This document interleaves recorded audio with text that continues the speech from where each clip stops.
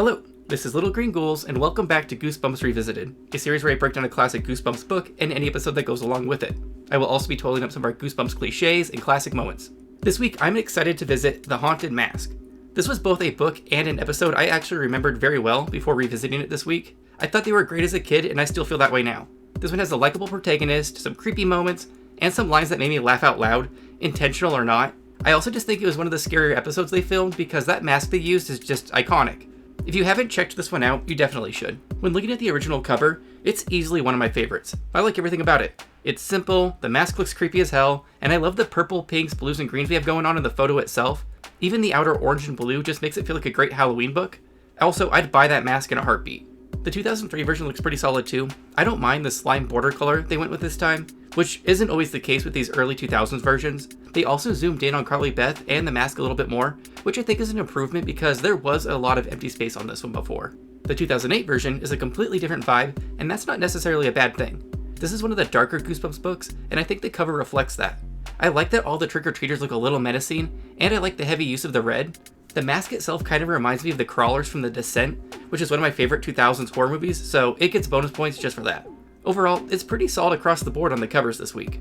As far as merchandise goes, there's an absolute shit ton. Probably because this book and episode were really successful. I'd argue the episode in particular is probably the most well known, especially considering it premiered on Fox at prime time and brought in over 14 million viewers. We of course have our usual trading cards, notebooks, buttons, and a pog.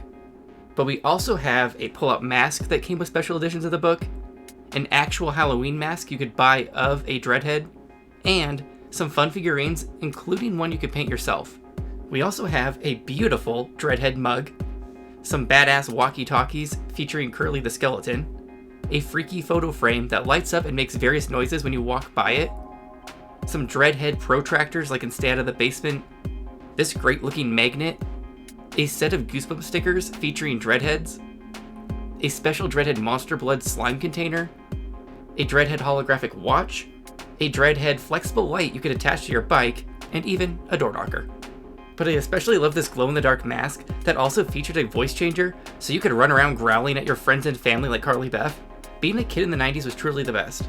Our front tag says, "If looks could kill," which to me is just like resting bitch face, but apparently there's a terrible looking movie from 1991 with the same name, which I really don't think Stein was referencing at all.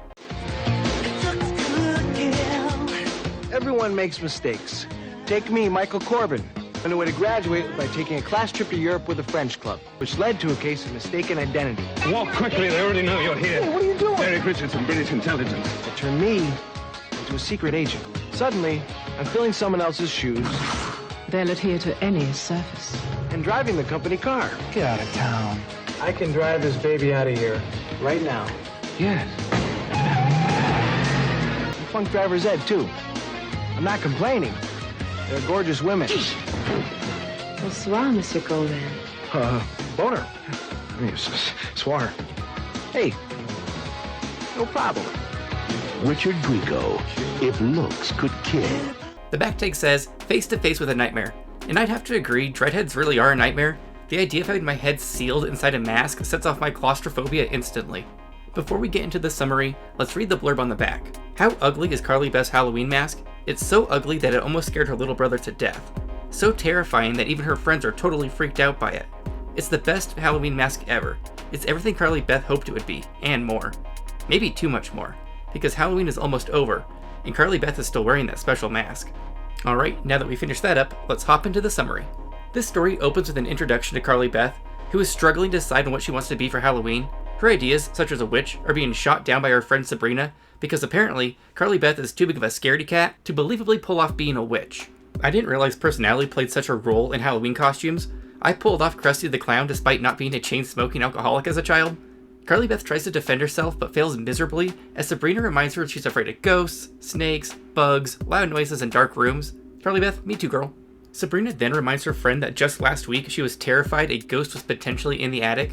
Although, in Carly Beth's defense, two boys, Chuck and Steve, hid in the attic to successfully convince Carly Beth that there really was a ghost stomping around up there, which left Carly Beth screaming and fleeing the house. Everybody knows ghosts glide, they don't stomp, duh. You have to commend Carly Beth's horror movie instincts though, because the best thing to do is get out of the damn house. We get a description of Carly Beth, and it's a bit of a combo breaker because it turns out she's 11 instead of our usual 12. We also learn that Carly Beth is tiny, with a round face, short stub of a nose, and straight brown hair. Carly Beth really does scare easily though, because a boy drops his lunch tray, which makes her shriek. Maybe Carly Beth has some past trauma she needs to work through if her startle response is this strong. If this lunch tray scare wasn't enough, she suddenly gets a shoulder scare that makes her shriek even louder. It turns out it was just her air quote friends, Steve, who's really cool because he sits on his chairs in reverse. Given how much we're hearing about how everybody loves tormenting Carly Beth, I bet we'll see many It's a Prank Bros. And I'm right, because just 3 paragraphs past this thought, these 2 little bastards just fed Carly Beth an earthworm. With friends like these, who needs enemies? Thankfully, it's just a fake earthworm on a sandwich, but as a rule going forward, I wouldn't eat anything these people gave me. I already want Carly Beth to get her revenge. And hold up. Actually, it turns out it was a real worm, because these little pricks try to trick her again by having her pick up the partially chewed worm telling her it's rubber. If anyone ever fed me a worm, they could expect Kill Bill level revenge. As Carly runs out of the room, with the taste of worm guts still in her mouth, she vows to get them back, as she should. Later, Carly Beth is still stewing on this worm situation and wants to know why everybody enjoys scaring her so much. I would argue that being fed a worm shouldn't be classified as scaring somebody, it's just being a disgusting dick. She gets home and finds her mom, who Stein lets us know is wearing a dirty sweater and lycra tights, has just finished an art project. What has she made, you may ask? Why, an exact replica of her daughter's head out of plaster of Paris, of course. Thanks for the death mask, Mom. This is plaster of Genoa, a much finer casting agent. Of course, I do add a few ingredients of my own. Boiled linseed oil, a touch of beeswax, tiny dose of paraffin, a little bit of alum to speed up the settling process. Oh, it's lovely. Yes, that is lovely.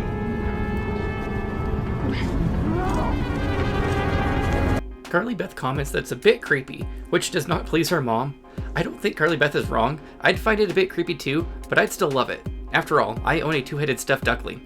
I would especially enjoy sticking it in weird places to scare people, which, coincidentally, is how Vivian and Veronica Von Duckling came into my life.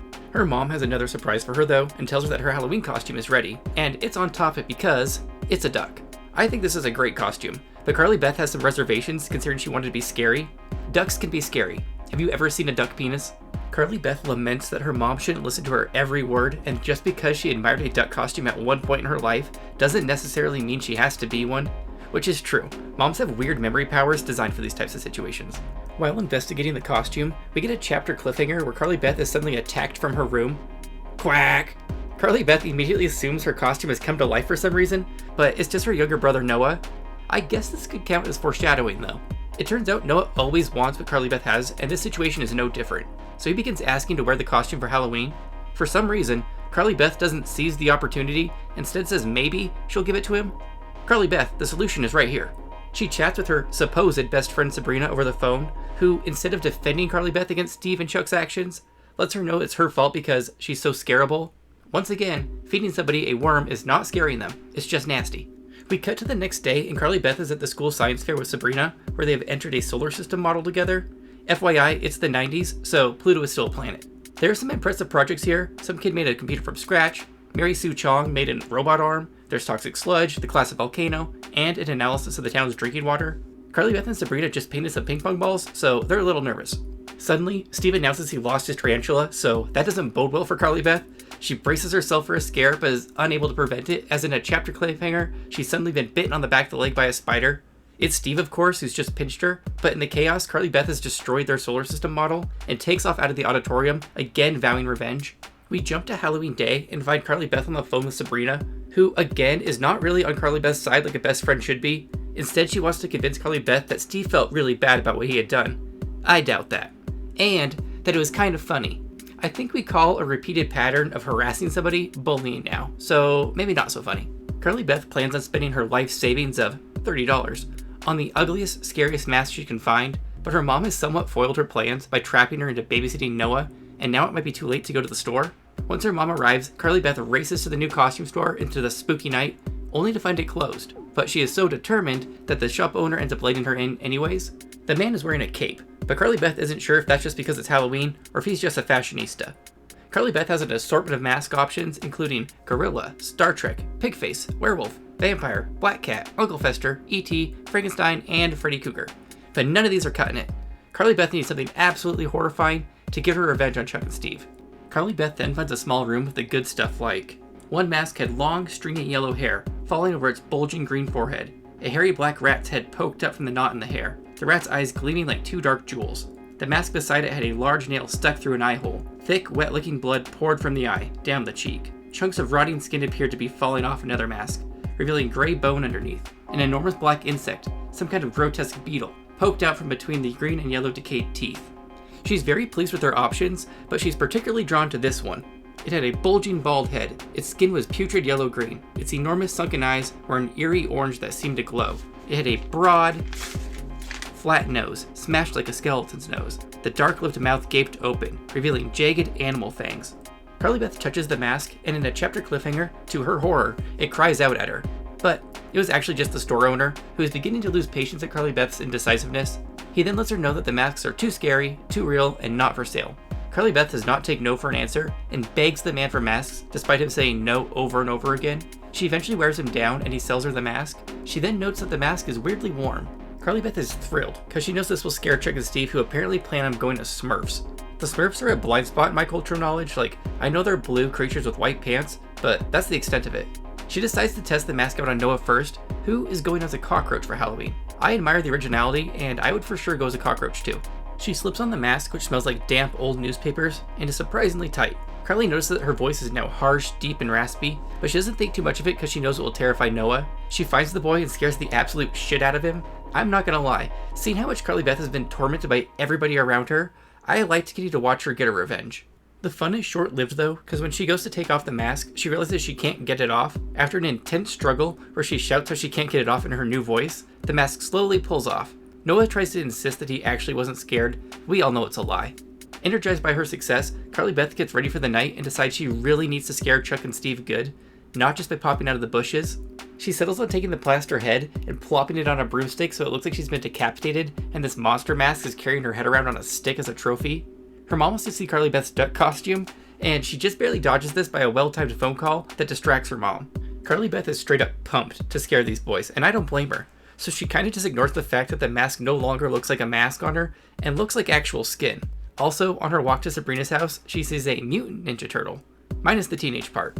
When she reaches Sabrina's house, she sees Chuck and Steve approaching the door and decides to pop out and scare them good. She terrifies these two boys with animalistic growls and roars while lunging at them.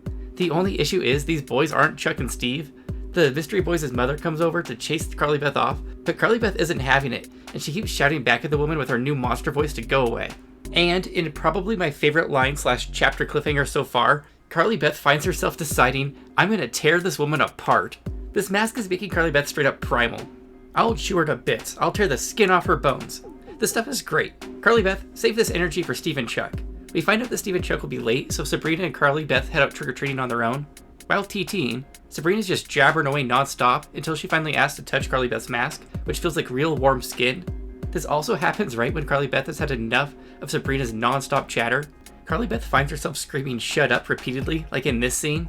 Shut up! Skylar, shut up! Please shut up! Stop. Shut up! Shut up! Shut up! Shut up! Shut up! Shut up! Shut up! Then to top it off, Carly Beth starts choking Sabrina. This book is wild. She tries to play it off like it was a joke, but Sabrina is not fully convinced. They stop by a house and they get some candy, where two little kids are scared of Carly Beth's face. Seizing the opportunity, Carly Beth starts threatening to eat the one little girl up, and when the mom protests, she threatens to eat her up too. Carly Beth then bounds off the porch like a wild animal. I also love Stein for including this scene. It's simple, but it made me laugh. At one house, a middle-aged man in a torn blue sweater pretended to be scared of Carly Beth's mask. His wife insisted the girls come inside so they could show their elderly mother the great costumes. Carly Beth groaned loudly but followed Sabrina into the house. The old woman gazed at them blankly from her wheelchair. Carly Beth growled at her, but it didn't appear to make any impression. Carly Beth also reacts appropriately to receiving apples on Halloween by chucking them back at the house and then fleeing the scene. Carly Beth is having a great night. She then loses the dead weight and ditches Sabrina to get some more candy on her own. She finds herself hiding in the dark waiting to scare some passing children. She does so successfully, and one of the kids drops their bag in fright, which Carly Beth then snatches up and pours into her own. Carly Beth clearly isn't really in control at this point, but I'm still happy for her. She has the true Halloween spirit. She finally spots Chuck and Steve after a chapter of hyping herself up by reminding her how terrible they treated her, and she's ready to give them the scare they deserve. She pops out roaring and successfully scares them, but she's not done. She begins telling the boys that she took Carly Beth's head and put it on a stick, and if they want to keep their heads, they'll hand over their candy. She has them thoroughly freaked out, but to top it all off, the Plasterhead suddenly opens his mouth and says to their collective shock, "Help me, help me." This sends the boys over the edge and they drop their bags and run. This also sends Carly Beth over the edge as she starts turning full monster, running and leaping across the lawns, terrorizing trick-or-treaters along the way. Stein does a nice job of showing that Carly Beth's not fully in control, and it's kind of like a full-on possession. Like, she's still there, but it's clear she's been taken over by something evil. However, even evil monsters are not immune to the classic scares, because in a chapter cliffhanger shoulder scare mashup, Carly Beth is startled by a very rough shoulder grab from Sabrina. She better be careful though, because Carly Beth is ready to fuck shit up. Well, actually, she seems to have settled down a bit at this point because she thinks, I did everything I wanted to do tonight. And from here on out, Carly Beth seems to be back in control. At Sabrina's house, they dump all their candy out and examine their haul. Carly Beth is made out like a bandit, and Sabrina did alright candy-wise, but she's disappointed because she spent most of the night looking for everybody. Carly Beth lets her know that she's scared Chuck and Steve real good, and Sabrina does what a proper friend should do and enjoys their suffering. The girls go to take off their costumes, but to Carly Beth's horror, she can't get her mask off, and what's worse is when she pulls on it, it hurts. Sabrina isn't buying it at first, but she realizes that Carly Beth is actually scared, and she attempts to help her get it off. This is when you find out that the mask is no longer a mask, but appears to have become her actual skin, with no way to get the mask off. Time to head to the emergency room. The trauma continues, and as Carly Beth looks in the mirror trying to figure out how to get this damn thing off, she realizes the eyes in the mirrors aren't hers, and this really sends her into a tizzy, with her screaming, "Those aren't my eyes! Mine don't look like that! They're not mine! Not mine!" She goes into full-blown panic mode and runs out the front door thinking to herself, "Someone else's eyes! Someone else's eyes in my head!" and starts running without purpose. As she runs, she continues to scare various kids, although this time not on purpose. She makes it to the party store, which is of course closed. She feels hopeless, but to her relief, the shop owner pops his head out and reveals he's been waiting for her to return. Unfortunately, this hope is once again short-lived, because he tells her he can't help her get the mask off, which is why he didn't want to sell it to her in the first place. He takes her to the back area with the rest of the ugly masks and tells her that they're not masks, they're actually real faces. He calls them the Unloved and says he made them in a lab. Okay, pull it back, Stein. We don't need any mad scientists. It could just be an evil mask. Let's leave it at that. That's cool. The store owner then changes his mind and says, well, they can be removed, but if you or anyone else puts this mask on again, it can never come off. Well, that sounds like a recipe for a shocker ending if I ever heard one. He tells her the mask can only be removed by a symbol of love, and then refuses to say more. This sets Carly Beth off again, and she begins screaming and shouting, and to her horror, this wakes up all the other faces.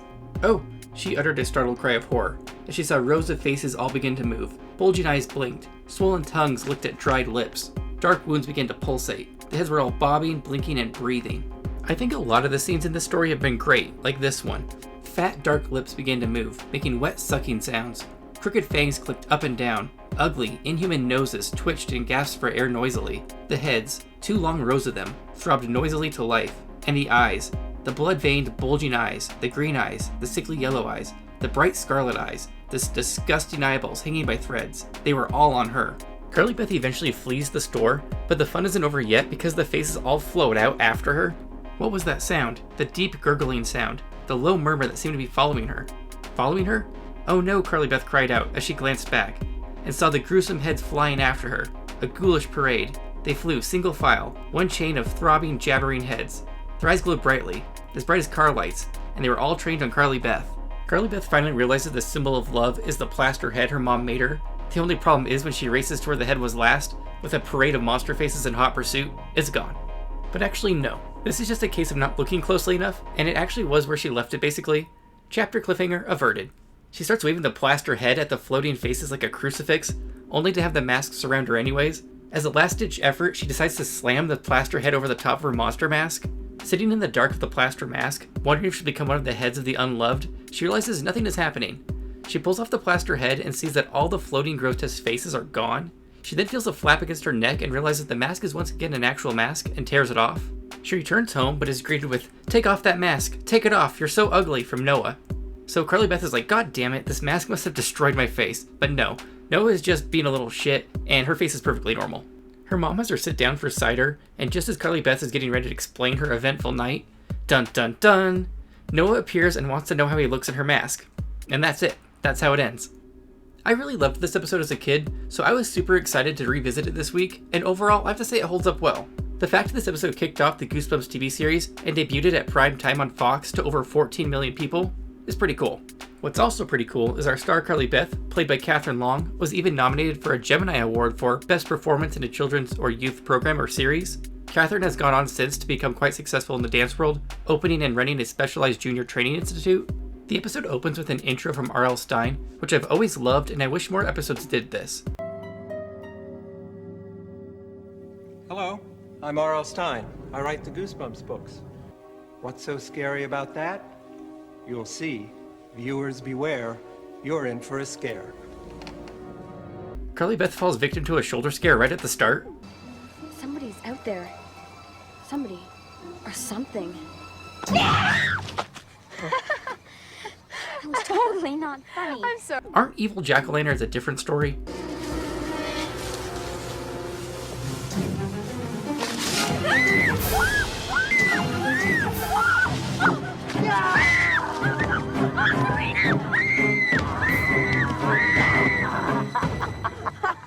Her mom made an attempt in art class. I'll give her that. Check it out. Mom, it's me. This face is me. I finished it today in art class. This is a fun little moment. Cute? Last thing I want to be on Halloween is cute. I want to be scary this time. This duck is serving Tweety Bird. Quack, quack, quack, quack. Quack, quack, quack, quack, quack. No, are you jerking off me? Quack, quack. No, I mean it. Quack. I read that Carly Beth did 12 takes with a real worm, and I'm impressed. Really, Carly Beth, we're really sorry. Isn't that right, Steve? Right, Chuck. Can you two losers disappear?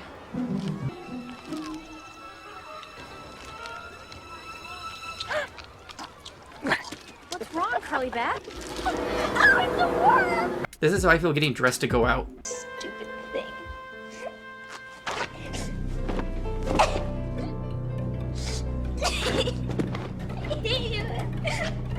I like that we ditched the cape for face warts instead.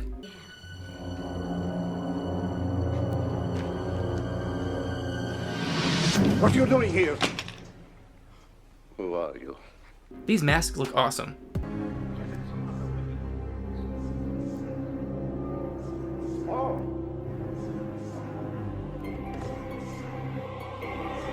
This is kind of uncomfortable. What is your name?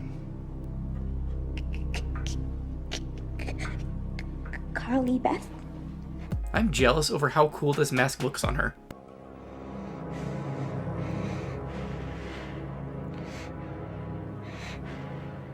Wow.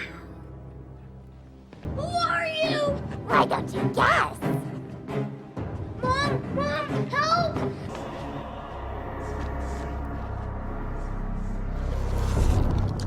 Whoa. Carly Beth, you are scary.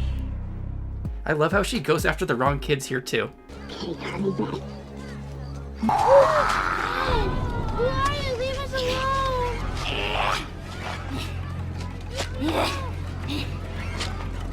Let's go. She's crazy. Yeah, right.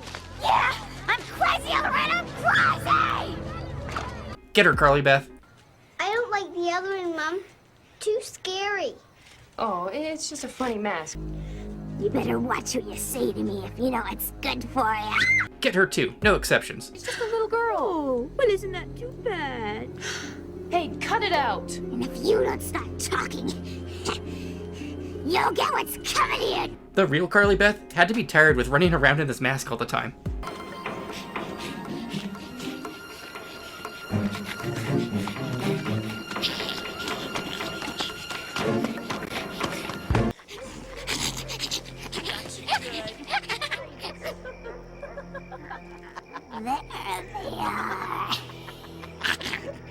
The mask looks extra good in this lighting. Who are you? Yes. Do we know you? Oh, yes. We've been looking for you. This is Carly Beth's head. Poor Carly Beth didn't want to give up her head tonight, but I took it anyway. We only did it because we liked her. It's no excuse. And it's not how you show someone you like her. The help me is also great here. Help me. Talked. Please help me. I love how animalistic she plays the role.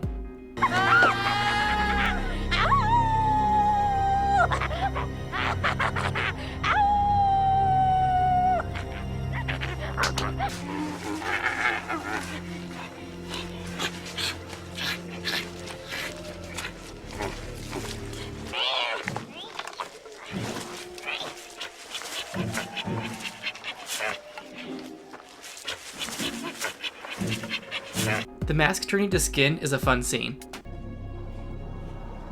Oh no, Sabrina. There's no line. There's no line here. They're not my eyes, Sabrina. My eyes don't look like that. Try to calm down, Carly Beth. Those aren't my eyes. Where are my eyes? Where am I? We get a nice look at the other dreadheads here. As beautiful as any face could be. They changed. They became hideous. Deformity set in. Ugliness. Monstrosity. The floating dreadheads are pretty great. You'll awaken them. What's happening? What are they? Come on.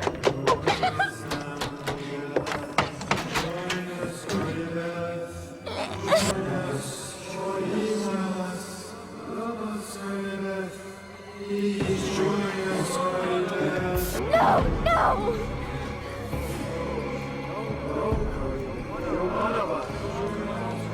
I didn't remember this final moment at all, but I love it. Mom?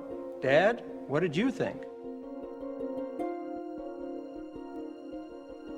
I think they liked it. Overall, I thought The Haunted Mask was a really solid book and episode. Probably my favorite episode so far. The story had a likable protagonist with Carly Beth being somebody I felt bad for, so it was fun to root for her when she went on her path of destruction, while also kind of feeling bad for her when things went too far and she couldn't turn back. I can see why Stein is so proud of this one. It's a great concept and it's well executed. I'll give this one 5 out of 5 cockroach costumes. We've been on a roll recently, so hopefully Be Careful What You Wish For can keep it going. The Haunted Mask didn't have any It's Only a Dreams or anything to add to the vomit count, but it did have a little of everything else. We had 2 shoulder scares in The Haunted Mask, the first being in the lunchroom, and the second being when Sabrina snapped masked Carly Beth back to reality. This brings our total to 12 shoulder scares. In It's a Prank Bro, Carly Beth was a victim to 4 separate pranks. This could have been even higher if I had counted pranks that were referenced to have already happened to poor Carly Beth prior to the story. This brings our series total to 17 pranks. The Haunted Mask was full of asshole victims. We had a total of 3, with Steve and Chuck getting what they deserved from Carly Beth, and her rude little brother Noah falling victim to the mask in the end. This brings our series total to 9 asshole victims. Getting Jiggy with the 90s had a handful of great moments, with 4 90s moments. These included Fruit Roll-Ups, Lycra Tights, Pluto still being a planet, and a Mutant Ninja Turtle. This brings our series total to 61 Jiggy 90s moments. The Haunted Mask was a return to form and had a total of 14 chapter cliffhangers. This book had a wide variety of fun cliffhangers and didn't feel repetitive, or like they were being forced in excessively. This raises our Goosebumps total to 138. The clunky cliffhanger award for this book goes to chapters 3 to 4, where she's the victim to a duck attack. The long quack is what really sells it for me. This book really didn't have any duds, so that's what I'm going with. Shocker ending. Our twist ending to this story, of course, is set up earlier in the book, where we learn that once Carly Beth takes this mask off, it can never be worn again, only to have Noah at the end of the story slip it on. This moves our total up to 8. Well, that's it for The Haunted Mask. I really enjoyed this one, and I just realized there's a sequel that I'm pretty sure I owned, but I can't really recall it at all. Which is weird because I didn't own the first one, yet I remembered everything about it. That's probably not a good sign, actually. Be sure to let me know what you thought of The Haunted Mask in the comments. How did this one measure up against your favorites? Is putting a worm in someone's food really scaring them, or is it just being gross? Also, what did you think of my possession clips? Anyways, thanks again for watching, and make sure you subscribe for the pride, the love,